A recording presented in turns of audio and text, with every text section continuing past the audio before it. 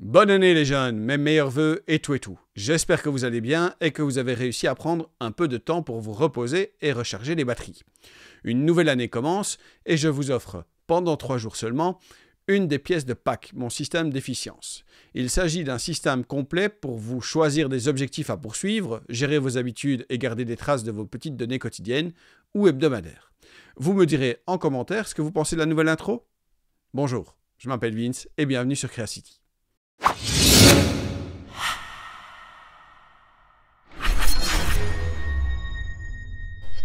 Bon, vous pouvez directement vous jeter comme des sauvages sur le template sur Creacity, mais comme ce template n'est pas documenté dans sa version actuelle, il le sera quand la formation complète sur Pâques sortira, je vous conseille de suivre ce que je fais à l'écran, histoire de faire les choses dans l'ordre.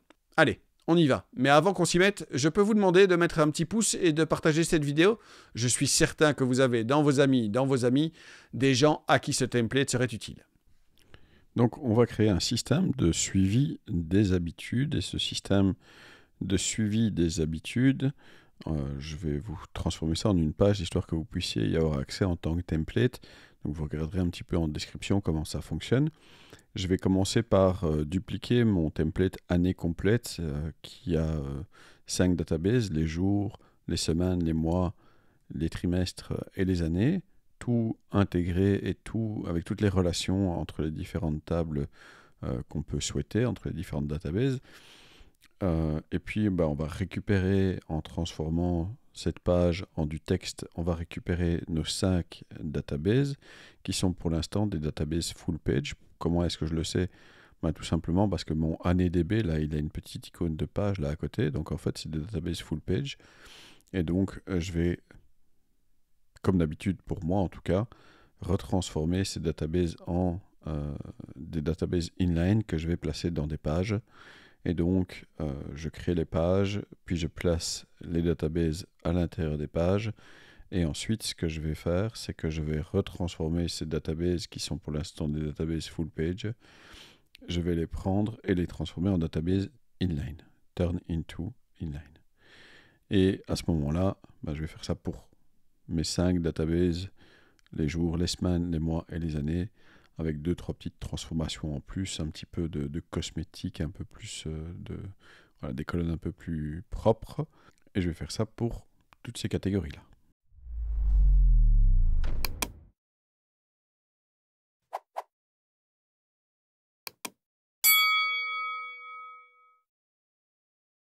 Maintenant, je vais juste séparer les databases dont on aura besoin et celles dont on n'aura pas besoin. Donc, on aura besoin des jours et des mois dans ce suivi des habitudes, pas spécialement des années, des trimestres et des semaines. De toute façon, les concepts que je développe ici, vous pouvez éventuellement les étendre pour les utiliser dans ces trucs-là aussi si c'est vraiment nécessaire. Par contre, ici dans mon système Pâques, normalement, j'ai aussi une page habitude et une page but qui sont dans différentes sections. Ici, pour cette explication-ci, je vais juste créer une page habitude et donc une database HabitudeDB et une page but et une database ButDB. Comment ça va fonctionner cette histoire? L'objectif, ça va être simplement de se choisir un but pour une certaine période, que ce but soit lié à des habitudes. Pour atteindre le but, il faut mettre en place toute une série d'habitudes et que ces habitudes, dans le système de suivi quotidien, on puisse voir si on a bien suivi ces habitudes, si on a bien, tous les jours, ici, par exemple, dans l'exemple que je vais donner aujourd'hui, pour perdre du poids, qu'est-ce qu'il faut? Il faut boire de l'eau, il faut faire du sport, il faut faire 10 000 pas par jour, etc. Donc ça, le but, c'est perdre du poids. L'habitude qu'on va prendre, c'est boire de l'eau, faire 10 000 pas et mieux dormir. Et ce sont ces habitudes-là qu'on va traquer jour après jour dans notre database des jours, dans notre database du suivi quotidien. Et donc, mon but, c'est bien de maigrir. Je fais un lien avec la database des habitudes, puisque pour maigrir, il faut que je développe une certaine quantité d'habitudes. Et ici, comme d'habitude, chez moi, tout va par 3. Donc, on va choisir 3 habitudes.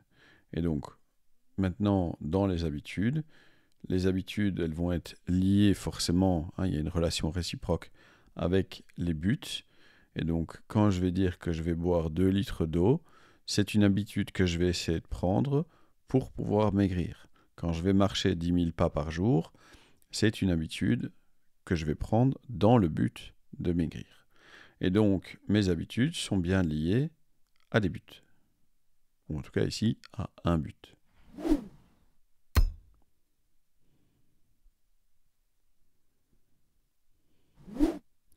Alors ces habitudes, elles vont être forcément reliées à des jours et à des mois. Donc ce qu'on va réussir à faire maintenant, c'est de se dire qu'une certaine habitude, une habitude, ça ne se lie pas vraiment à un jour, ça se lie plutôt à un mois. Pendant un mois, je vais faire l'effort de prendre une certaine habitude. Et donc ici, si je dis que boire 2 litres d'eau, c'est une habitude que je vais essayer de prendre, je vais essayer de prendre cette habitude, ici au départ en tout cas, sur le mois de janvier 2022. Donc je lie mon habitude avec le mois pendant lequel je vais essayer de prendre cette habitude.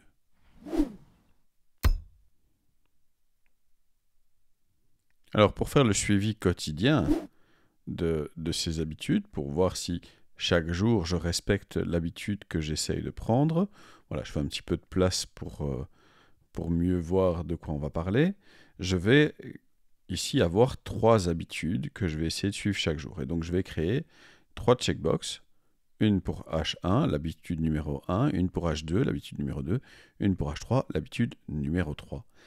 Et ce sont ces 3 checkbox que je vais ou pas cocher chaque jour pour voir si j'ai respecté mon habitude numéro 1, mon habitude numéro 2, mon habitude numéro 3. Et donc, il va falloir aussi que du côté des habitudes, je donne aussi un numéro à chacune de ces habitudes. Et donc, dans les habitudes ici, je vais créer un nouveau champ select qui va être de dire, pendant le mois de janvier, qu'est-ce qui va être mon habitude principale, mon habitude numéro 1 en tout cas? Eh bien, ça va être par exemple boire de l'eau. Qu'est-ce qui va être mon habitude numéro 2? Faire 10 000 pas. Qu'est-ce qui va être mon habitude numéro 3? Aller dormir plus tôt. Dans le mois, ce que je vais faire, c'est que pour compter toutes ces habitudes, pour quantifier toutes ces habitudes ou le respect de ces habitudes-là, la première chose que je vais utiliser un roll-up pour simplement compter combien de jours il y a dans le mois. Donc ce mois-là, il est lié à 31 jours, le mois de janvier. Conséquence, je peux faire un roll-up qui fait ça. Et à côté de ça, je vais utiliser aussi un deuxième roll-up qui va simplement vérifier pour H1, pour l'habitude numéro 1, combien de fois c'est coché. Alors ici, vous allez voir, je vais commencer par faire ça directement en pourcentage, en percent checked, et on va changer ça après, un peu plus tard dans l'explication. Mais en tout cas, au départ, ça vous donne une première approche de ce qu'on va faire.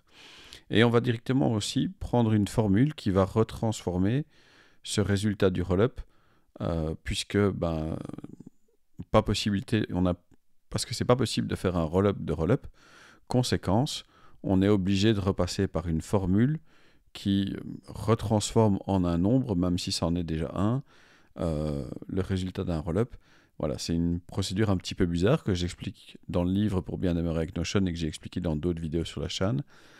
Mais donc pour pouvoir faire un roll-up de roll-up, ou en tout cas pour pouvoir réutiliser le résultat d'un roll-up ailleurs, on est obligé de faire ça. Et donc maintenant, dans l'habitude, je peux récupérer la même chose, je peux récupérer le résultat de ce roll-up en me liant à la formule qui avait entre guillemets copié le résultat du roll-up. Et maintenant, dans mes habitudes, je peux donc récupérer aussi le résultat du respect de mes habitudes. Alors faisons un petit test. Je vais cocher quelques cases pour H1, pour ma première habitude de boire 2 litres d'eau par jour. Et on va voir un petit peu ce qu'on peut faire avec ça et ce que ça donne. Alors, maintenant, dans les habitudes, je fais ce que j'ai dit tout à l'heure. Je dis que mon habitude numéro 1, c'est boire 2 litres d'eau. Donc, je vais dire pour ça, pour la colonne du H, ça c'est le H1, ça c'est le H2, ça c'est le H3. Cette habitude, elle est liée à un mois. Donc, pendant tout ce mois-là, pendant tout le mois de janvier, ici dans ce cas-ci, H1, ça va correspondre à boire 2 litres d'eau. H2, marcher 10 000 pas. H3, aller dormir avant minuit. Ce qui est déjà un exploit pour moi. Alors, un petit peu d'esthétique, un peu de couleur pour faire joli.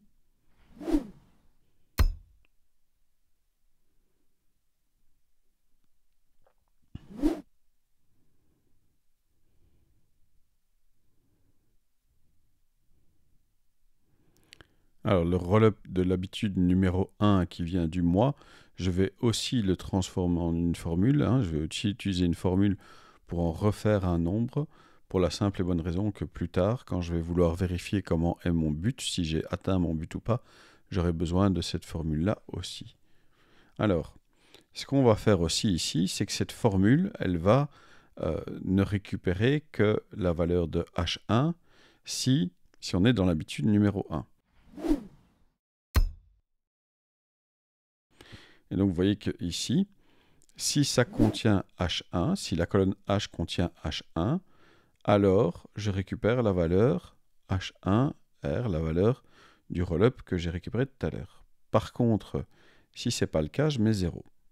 Et donc ici, il me récupère une valeur un peu compliquée. Et cette valeur un peu compliquée avec plein de virgules, ça vient du fait qu'au départ, j'avais directement commencé avec un roll-up qui prenait un percent checked. Si je prends par contre plutôt le nombre de jours où ça a été effectué par rapport au nombre de jours totaux sur le mois, je change un petit peu ma formule, je fais la division et puis je l'arrondis et j'utilise une petite technique du père François qui consiste à diviser par 100 et à faire fois 100, histoire d'avoir un bel arrondi, d'avoir quelque chose de propre. Et là maintenant, quand je reviens ici, mon arrondi et mon roll-up fonctionne mieux et donc ma formule fonctionne mieux. Et donc pour H1, j'ai 48% de réussite et pour les autres, pour l'instant, j'ai 0%. J'ai 0% puisque forcément, j'ai pas encore fait le suivi des autres habitudes. J'ai pas encore fait H2 et j'ai pas encore fait H3. Et donc dans moi, tout ce que je vais faire simplement, c'est faire un duplicate des valeurs qui sont récupérées et ce duplicate, je vais adapter un petit peu chaque fois l'élément dupliqué pour qu'il aille chercher maintenant H2 ou H3 et donc que la formule fonctionne aussi avec le roll-up du H2 et du H3. Et donc dès qu'on a mis en place les choses en fait pour le H1, faire le H2 et le H3, ça va assez vite. Faire l'habitude 2 et l'habitude 3, ça va relativement vite. Il suffit de faire quelques petites modifications de texte et de formule et ça fonctionne tout seul. Avec ça, au niveau de mon mois, on a plutôt bien terminé. Maintenant, c'est dans la database du mois, on a bien le suivi de l'habitude numéro 1, de l'habitude numéro 2, de l'habitude numéro 3.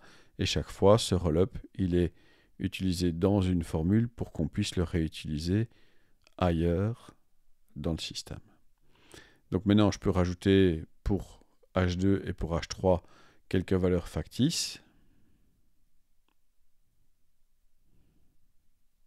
Et donc maintenant, dans mon mois, tout fonctionne bien. J'ai bien des valeurs pour chaque mois, pour chaque habitude. Pour le mois de janvier, j'ai bien des valeurs différentes forcément, puisque je n'ai pas peut-être respecté mes habitudes de la même manière tous les jours. Et maintenant, dans mes habitudes, tout ce que je dois faire, un peu selon ce que je viens de faire avec les mois, je dois là aussi faire duplicate et modifier les résultats qui arrivent dans habitude pour pouvoir suivre l'habitude numéro 2 et l'habitude numéro 3. Donc c'est un peu le même principe que ce qu'on vient de faire dans les mois, dupliquer et puis modifier un tant soit peu les différentes valeurs. Vous avez vu ici par exemple que j'utilise moyenne et pas juste valeur. J'utilise moyenne parce que à un moment ou l'autre, quand je vais avoir plusieurs mois, il va falloir faire la moyenne des différents mois pour savoir comment ont été respectées les habitudes.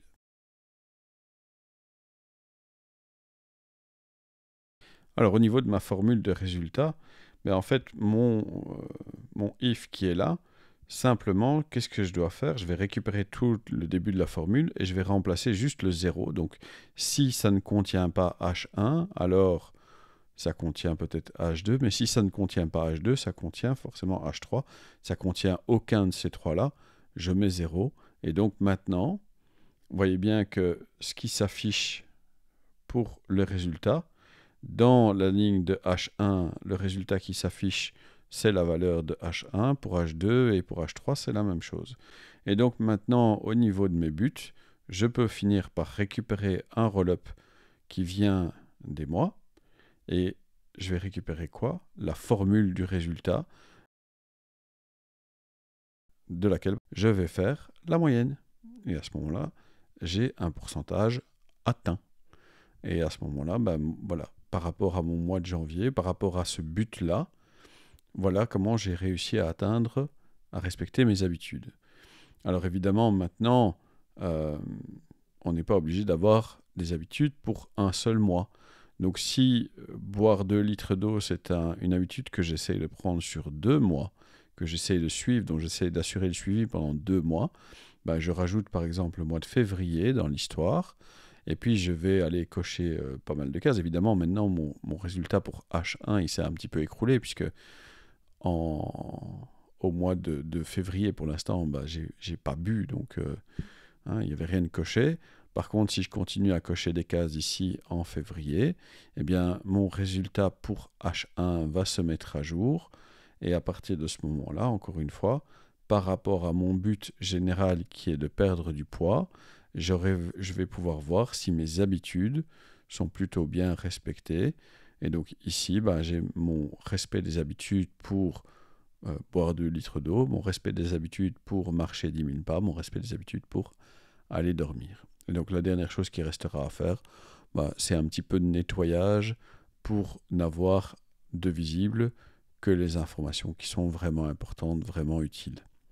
Voilà, j'espère que ce template et toute l'explication qui va avec vous aura plu, vous aura intéressé, que voilà, ça vous aura un petit peu gratté le cerveau. Donc je répète un petit peu la procédure. Quand vous voulez quand vous voulez avoir un nouveau but, vous déterminez le but que vous voulez atteindre. Le but que vous voulez atteindre, vous lui donnez des habitudes. Et ces habitudes, vous dites quels sont les mois pendant lesquels vous allez essayer de respecter ces habitudes. Et vous donnez H1, H2 ou H3 comme valeur au select pour dire ça c'est mon habitude 1, mon habitude 2, mon habitude 3. Et puis tous les jours, vous allez suivre vos habitudes, vous allez cocher les petites cases qui correspondent et tout le reste du calcul va se faire automatiquement pour le mois, pour l'habitude, pour les buts. J'espère que c'était clair. N'hésitez pas à poser de toute façon des questions en commentaire s'il y avait encore des petites questions.